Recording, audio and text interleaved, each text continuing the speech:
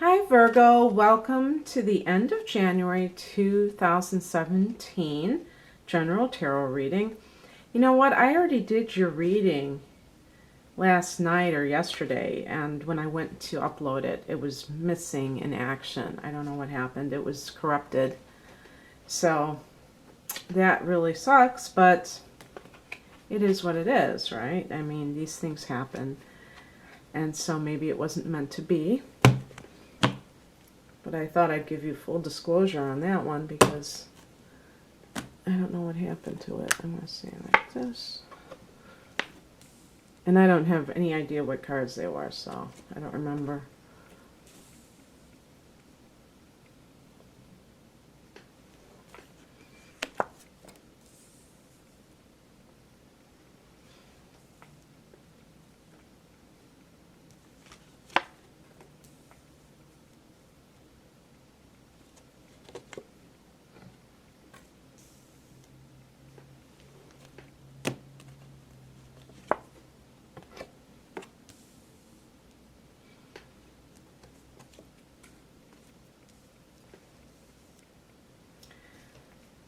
Okay, now I only picked 7 cards, and out of those 7 cards, 3 of them were wands. The wands connect to fire energy. So the energy of Aries, of Leo, and of Sagittarius. The strength card in the upper right is connected to Leo, so we may narrow that down for some of you. Remember that you might be dealing with somebody who is, I'm even thinking it could be a Scorpio, because we have in the top left, the Judgment card, I believe that's connected to Pluto, so roundabout way that could be Scorpio. They could have a sun in an earth sign or a water sign and still have Leo rising. And that Leo rising could be very much front and center in their personality and how they go about their lives. And so you may see them as a Leo when technically they're a Cancer or whatever. So that's just something to clarify, because I'm sure you've heard people say it could be this sign or that sign, but sometimes it's what we call the energetic imprint, you know, the way that they seem overall. And this is why people don't believe astrology sometimes, because they say, oh, I know somebody who's a Virgo and they're nothing like that, you know, and they have no idea that it's deeper than that it's not just the sun sign that influences somebody's personality. So let's begin. And well, let me say first off that there's going to be a full moon in Leo. And actually it's more than a full moon. Well, why am I talking about February? I meant a new moon in Aquarius.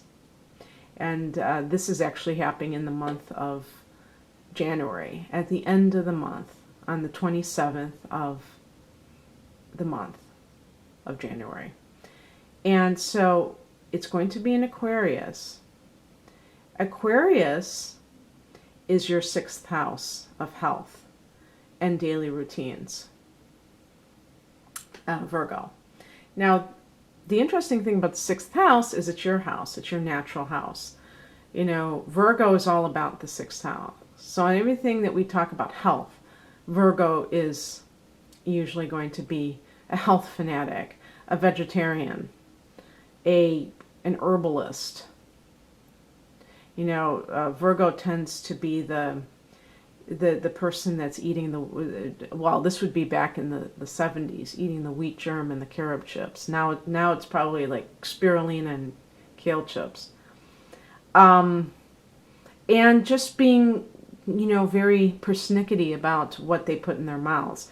Also, the 6th house rules, in addition to health, it rules your service to others, and just your work. So that could be like volunteer work, but also your workplace.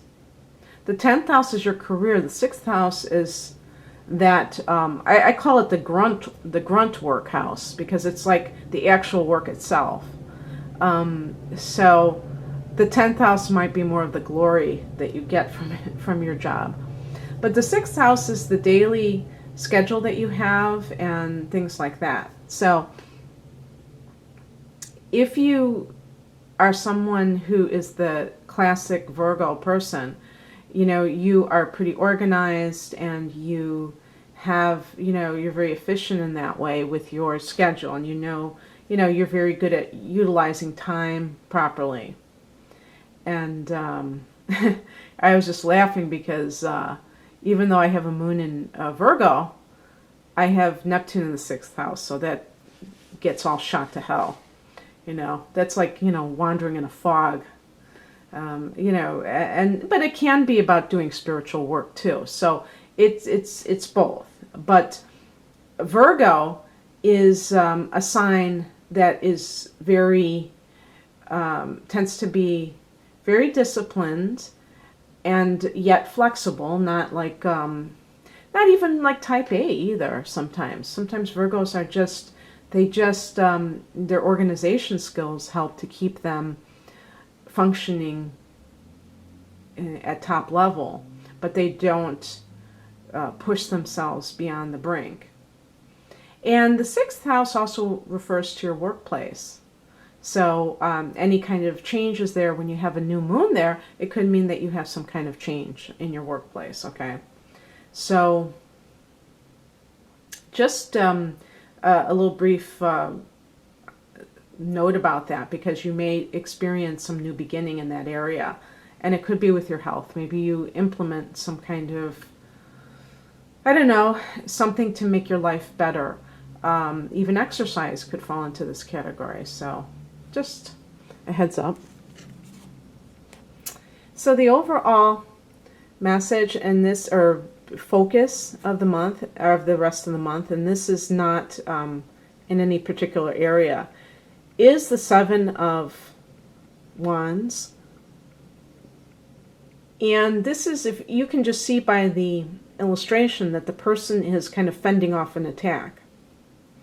The classic case of that in a workplace situation, and this may be, you know, in conjunction with that new moon, that there are changes going on, that you feel like you're under siege, or that somebody is trying to, you know, usurp you, trying to, you know, I don't know, take your job even, you know.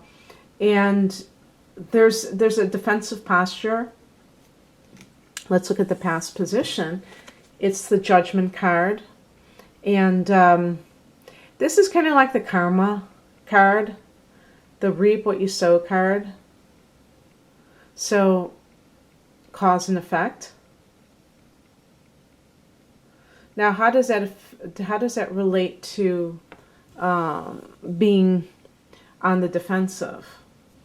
Well, you know, I don't think of it in a negative way on your part, unless you did something underhanded yourself to get where you are. And so, you know, if you try to cut corners in some way, and now you're being called out on the carpet, and you have to prove yourself, you may feel almost not up to the task. But if this is something just in terms of like you get your just desserts in a positive way, you know, other people around you may not be happy with that. And this is just the nature of the beast when you work with other people, is that you have to deal with office politics and other people's nonsense, you know. And Virgo is the hermit in the major arcana, so you may be like, I'm out of here, I don't want this aggravation.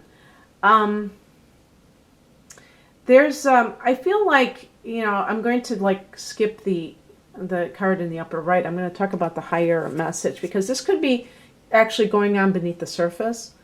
The 7 of Swords is a card of theft and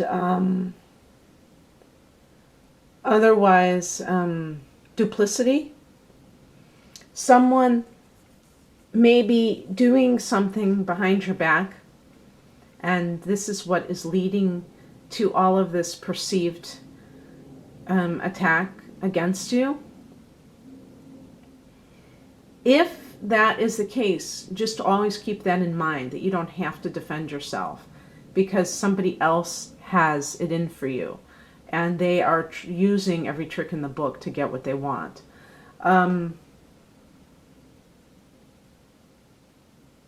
Also, in private relationships, this could be, I'm thinking also of like in a divorce, if you're embroiled in any kind of divorce proceedings, because sometimes when I see the Judgment card, I think of the aftermath of a divorce. And you may still be feeling like, you have to protect yourself from this person. And maybe they're not done yet. And this is, maybe your spirit guides or whoever, or me, whoever picked the card, is trying to warn you about possible continuing, sketchy behavior from this person. Sometimes it could be that you feel like you have finally gotten rid of certain situation. The Judgment card can be rebirth, and yet there's still something lingering. Okay. If it's a Leo person or a fire sign person, they could be putting you on the defensive. And they may be the one that is cheating. Always remember that. Sometimes the people accusing you are the ones doing it. What is currently happening for you connects to the Strength card. So it's like you're somehow benefiting from this situation. And that's not unusual, because a lot of times we find out what we're made of when we undergo, high stress times. So it's like, especially if you're kind of coming out of some kind of a very intensely stressful period and you came out on top. Well, this card is saying you are coming out on top. And even though there may still be lingering issues, you have shown that you have inner fortitude to handle that in whatever way that you had to do. If somebody was cheating on you and you just decided that you weren't going to take it any longer, just that action added a whole bunch of new strength to you and gave you even more of a boost of confidence. A lot of times it's taking one action that seems impossible to take, and then everything else falls into place. What is crossing you is the Four of Wands.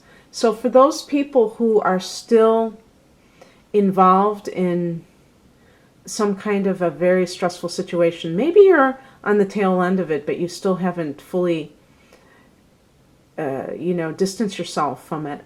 What may be concerning you is preservation of your home, your family. Maybe you are trying to protect your children and try to create this facade or keep this facade of a happy home. Even with work situations, you may have a physical house that you are making payments on, and you're afraid you're going to lose it if you don't continue in this situation. What I would say is it's all depending on the personal facts of your situation. I can't certainly say anything one way or the other. One thing in my feeling about a lot of this is that when we get too attached to these outer possessions, they end up possessing us, because we end up working places that we don't want to work to afford these items, and in the process of trying to afford them, you could destroy yourself. So just see how adversely this is affecting you, and then you'll be able to make your decision. Sometimes it's like you have to do it. There's no other way. You have to quit, because otherwise you would have a breakdown of some sort, and you don't want to do that because you want to be able to function. Sometimes it's that clear cut. Sometimes it's not. Sometimes it's more irritating than actually, upsetting at the highest level, and you can endure a little while longer. But you do have to be honest with yourself and gauge how these things have been impacting you. The advice is the Two of Wands, and this is going along with what I was saying, that you have a choice that some of you have to make. Some people are going to make a choice of relocating. So this could be, as I said, with that new moon at the end of the month, there maybe you have an offer coming that relates to working in the same, maybe it's the same company in a totally different state or province or country, and that's something that you're kind of contemplating. For others, it's a love relationship, or it might not be two people, but it may be, should I stay with this person or should I go? It's going to be more like that. Should I stay or should I go? Either in your job or in your personal life. Again, there are different